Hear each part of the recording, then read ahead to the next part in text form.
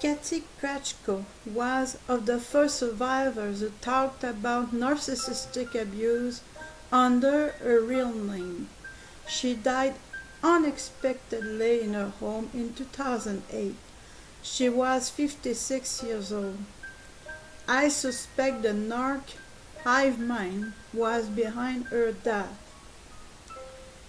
In her book, What Makes the Narcissists Tick?, Kathy says, "The way society tolerates it, you'd think mental cruelty was no big deal. It's even appearing in the media, especially in Europe, where it seems to be regarded as funny. But making light of something doesn't make it funny. It does, however, destroy your sense of humor. People blow off bullying in schools with the line that the victim is vulnerable between commas, equals to blame between parentheses, and that between commas everything gets picked on. Making light of such weighty matters is what the parents of bullies do. Mental cruelty, no big deal? Purely psychological abuse like this is usually worse than violent physical abuse. In fact, people feel less degraded by physical abuse, except insofar as there's some psychologically abusive element in it. For example, women feel much less abused by being beaten than being raped. You can make sweeping statements about this because there often is a cruel psychological element in physical abuse. This is generally true of torture, and it was true of the Holocaust. The atrocious death sentences by slow torture imposed by both church and state in the past are consummate examples of physical abuse designed as vicious assaults on a person's human dignity. The victims of the church especially were often dressed and or stripped naked, between parentheses, exhibited for public ridicule and contempt for hours, and then executed in ways cunningly designed to make the crowd laugh at the victim's struggles and agony. What could be more psychologically sadistic?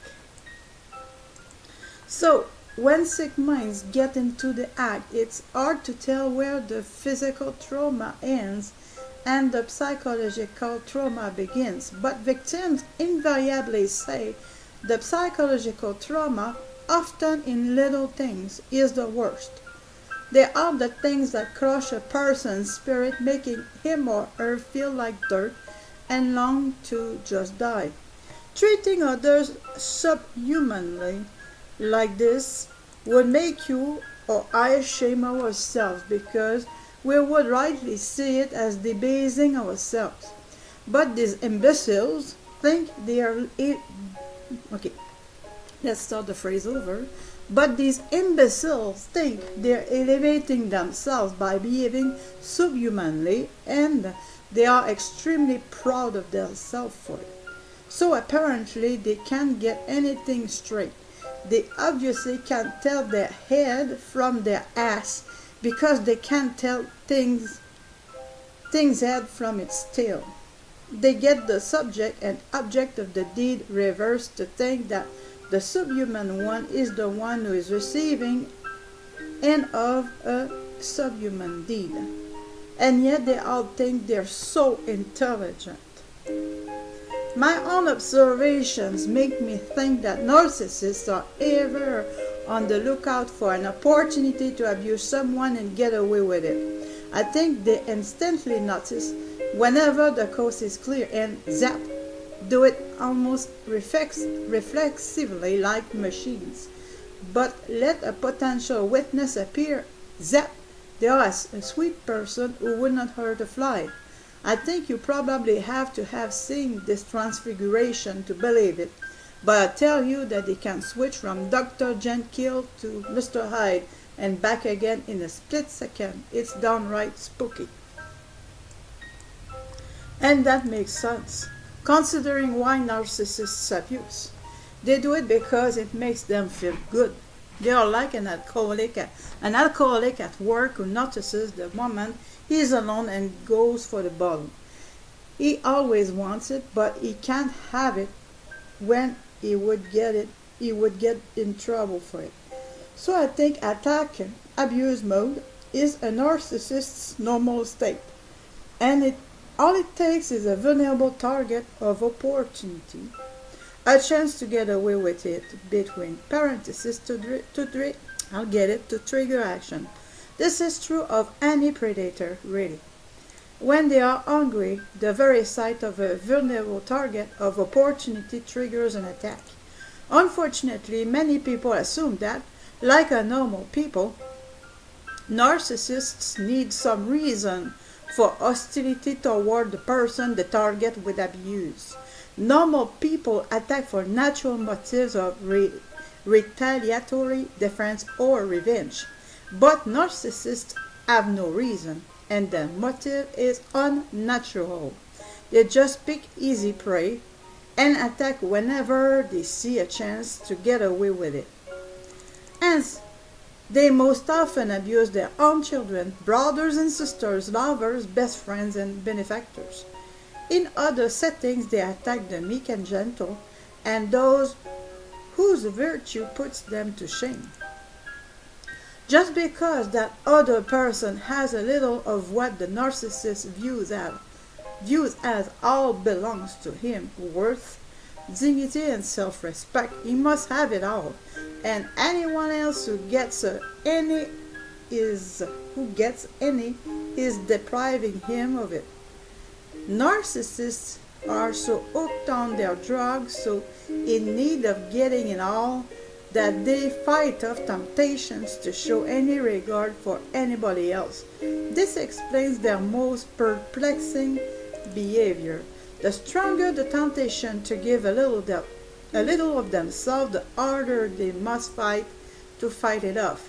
I am as sure as I can be that this is why they react violently to moments that strongly call for attention / regard / humanity to others. The strongest calls that those heart-rending ones for love, those that compel sorrow, compassion, affection, sympathy, and what the Italians call pietà.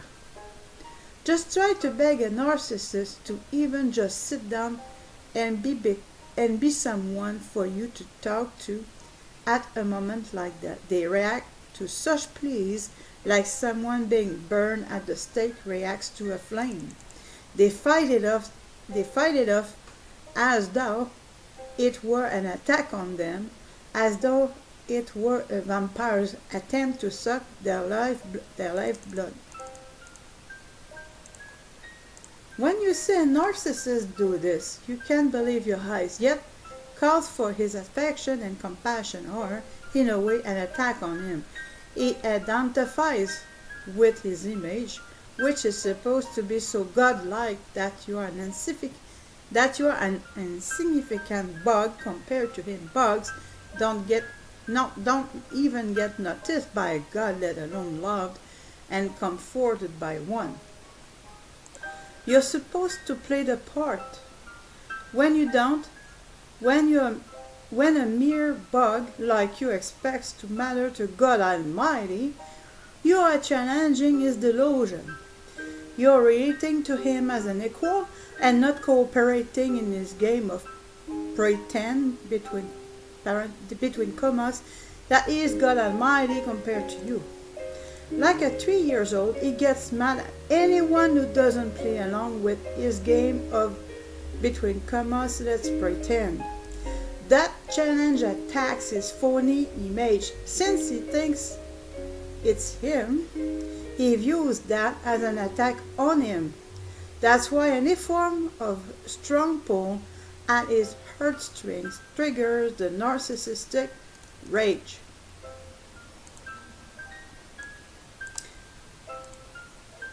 This is when narcissistic abuse goes ballistic, leaving the victim unable to report it because nobody on this planet will believe that anyone would do such a thing as he has done. It becomes the perfect crime. The one so outrageous, nobody believes it. The victim herself can hardly believe it. This is why he makes the big mistake.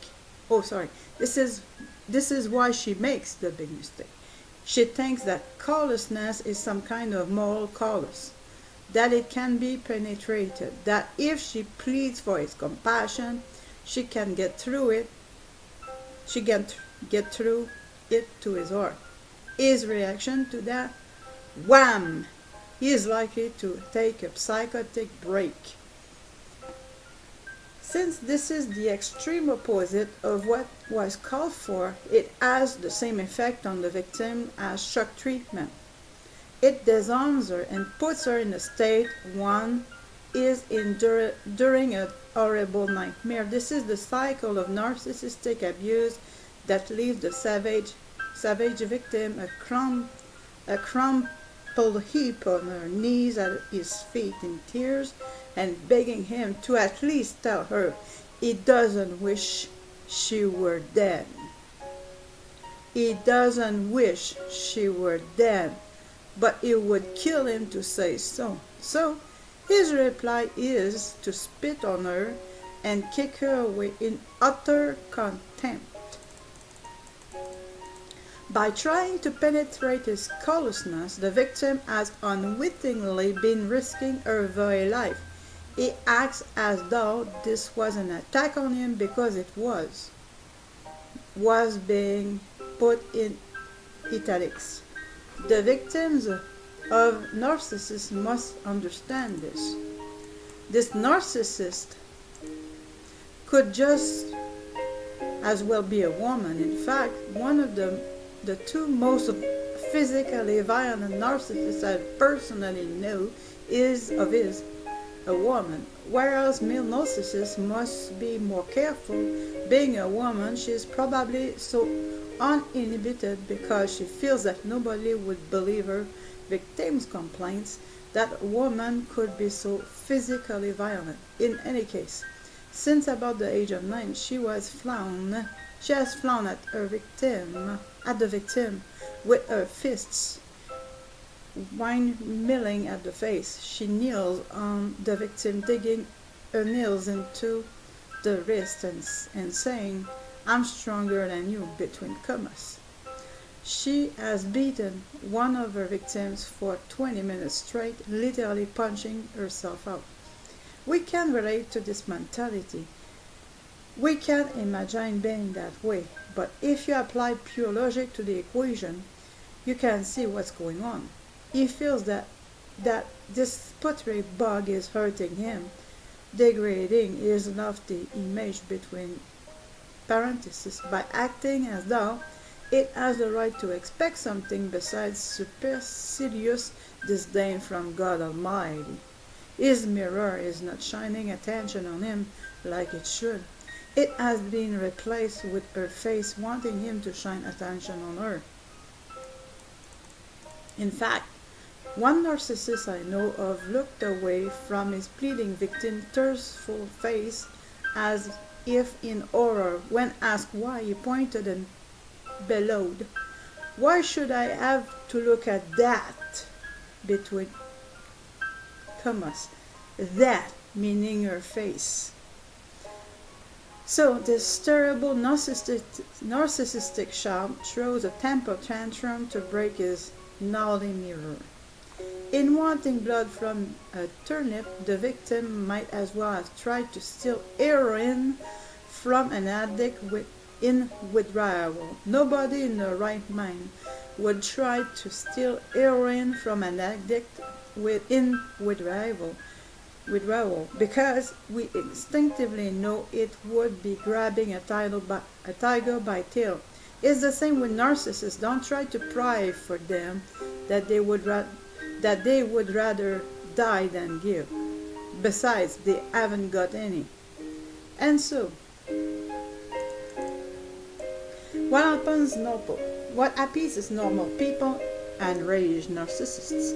What evokes empathy from normal people evokes brutality from narcissists. It's as though their brains are crammed in their skulls, upside down and backwards. If there is one thing I wish everybody in the world knew, it would be this. When someone's reaction to a thing is the opposite of what was called for, notice that red flag the first time it shows and stay away. For more information, visit Bully online, Bullying in the Family.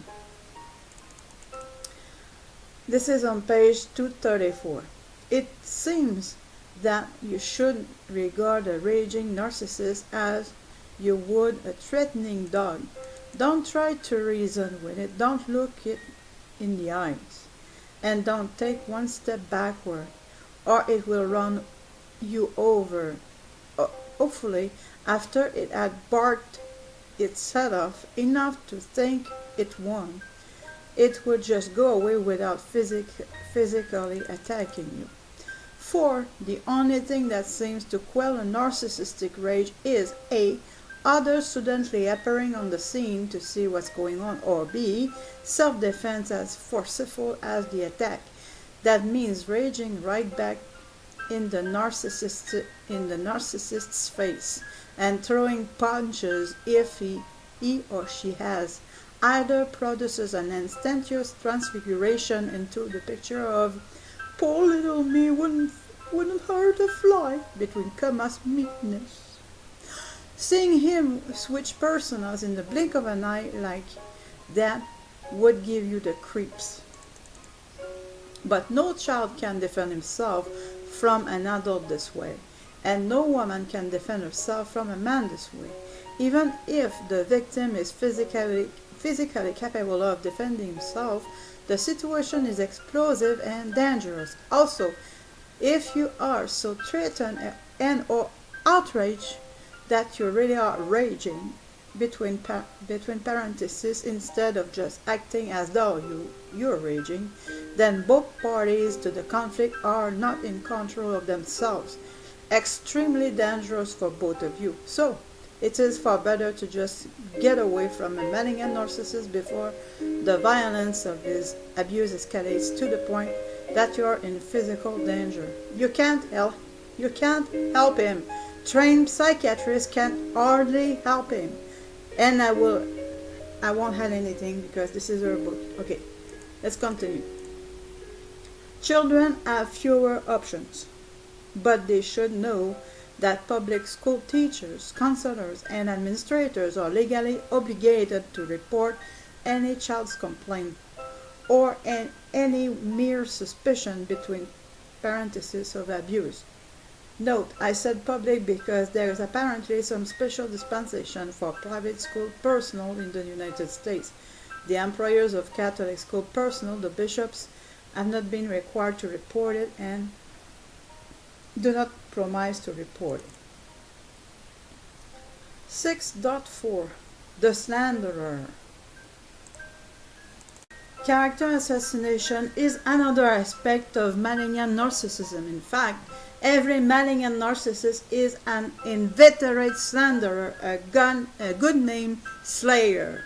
For the narcissist has the mentality of rapist. He or she must tear people down off that pedestal, between commas. The rapist is filthy, you see.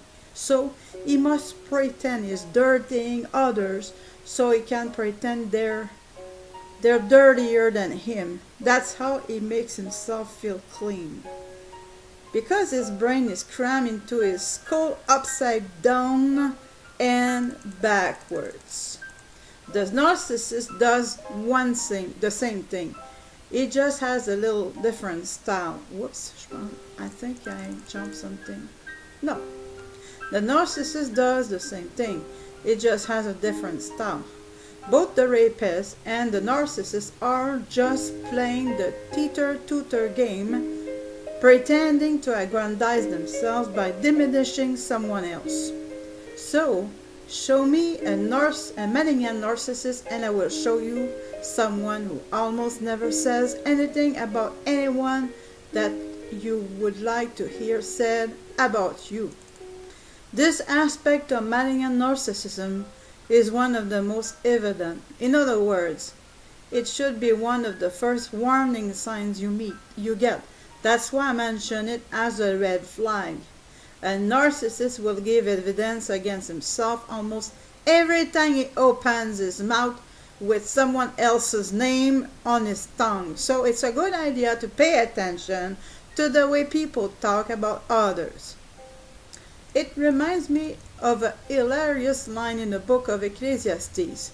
You should keep your distance from people who don't speak well of others, because they need to shake themselves off every so often. And if you're too close to them at the moment, you're going to get mud on you. Implicit in that advice is the warning that slander is projection, which it usually is. This is another thing that people who know a narcissist should be able to spot him or her. If someone tells you something bad about a stranger, you don't know what to think. But if someone tells you something bad about someone you know, just vet that information by comparing it with what you know firsthand about that person. If people did this, slander would be much harder to get away with, and narcissists would be out of business. That's because their accusations are almost always preposterous. For instance, they will accuse the most manifestly honest person in the joint of being a liar. That's because they aren't just shaking themselves off, they are out to smear virtue in someone with that mud. But they have other motives too. The narcissist is the slanderer partly also to get attention. Notice that the finger pointer in the picture above has his other hand raised to get attention between parentheses. They come up with some pretty strange tales about people. They are like the press in knowing what kind of story will grab an audience's attention. And so your narcissist is a slanderer partly because she must be one to create a funny image. She makes herself look good mostly by making others look bad in comparison. She also slanders as a way to deal with her guilt, shame, by projecting the semblance of it off on someone else, equal a scapegoat between parentheses. Note that much of this represents guilt and shame is guilt and shame for, guess what? Slander. So it's a vicious cycle. She slanders the more to bury her shame for slandering before. Yes, that's crazy and self-destructive, but try to tell her that her magical thinking machine obstinately refused to know that. She does have one reason for slander that makes sense though. As a slanderer, she is most vicious in slandering those she also abuses. Example, spouse, children, siblings, friends, between parentheses. Against them, she conducts a long-term smear campaign that spread false beliefs about that person far and wide. In some instances I know of, this campaign began long before any serious abuse did. One narcissist I knew called this game block the kick between commas. That is, he slanders and calumniates those he abuses so that when they try to tell what is done to them, nobody will believe them. They will just get re-victimized and it will come out smelling like a rose. In other words, this kind of slander is calculated to discredit in advance the only people who get to see him with his mask off. Thus, just as through murder, a careful criminal leaves no witnesses between commas. True character assassination, a narcissist leaves no witnesses between commas. In advance, he assassinates their character behind their back so that they have the reputation he should have. Rumor has it that, among other things, between commas, between parentheses, his target is crazy, imagining things, and goes around telling strange lies about people, including poor him. Then when the victim tries to complain about the abuse, he or she has just walked into a booby trap. Is this the perfect crime? Or what? 6.4.1. What makes narcissists different? I think I will leave it up to you to read, because I already took enough time.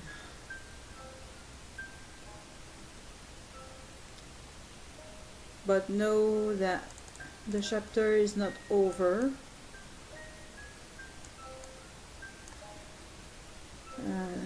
Page 238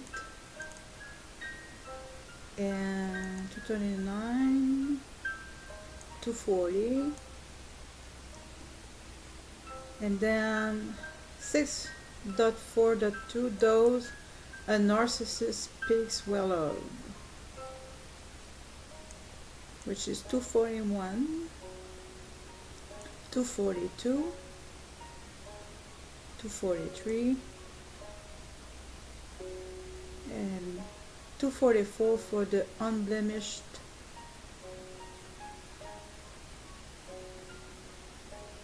victim. No, this one is 6.4.3. So this started at the page